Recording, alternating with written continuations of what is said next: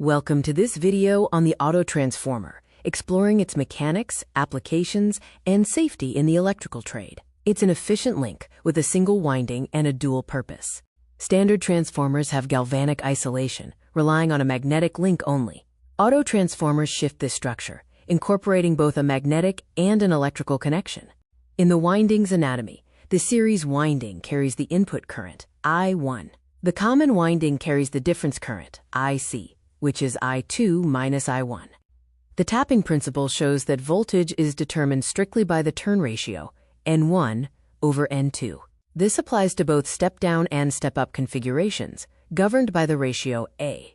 Power transfer occurs through both induction and conduction. Inductive transfer is like a standard transformer, but conductive power is passed directly, allowing for a smaller core for the same power rating.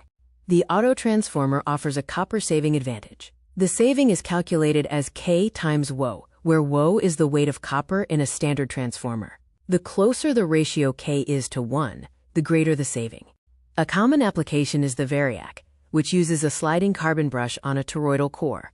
It allows for a smooth 0 to 100% voltage adjustment, useful for testing equipment and dimming lights.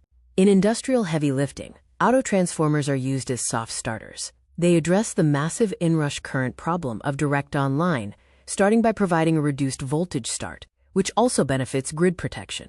The line booster application corrects voltage drop on long runs. Due to its high efficiency, the transformation ratio is near 1:1, effectively raising the voltage back to the required level. A critical warning: autotransformers lack galvanic isolation. A broken common neutral fault can cause full primary voltage at the load. Never use them for safety isolation, such as with handheld tools. The trade-offs include advantages like being cheaper, lighter, smaller, and having higher efficiency. Disadvantages are the lack of electrical isolation, a safety hazard on fault, and higher short-circuit currents. To summarize for the electrician, autotransformers are best for small voltage adjustments and motor starting. Avoid them for human safety isolation, and the golden rule is to treat the output as line potential.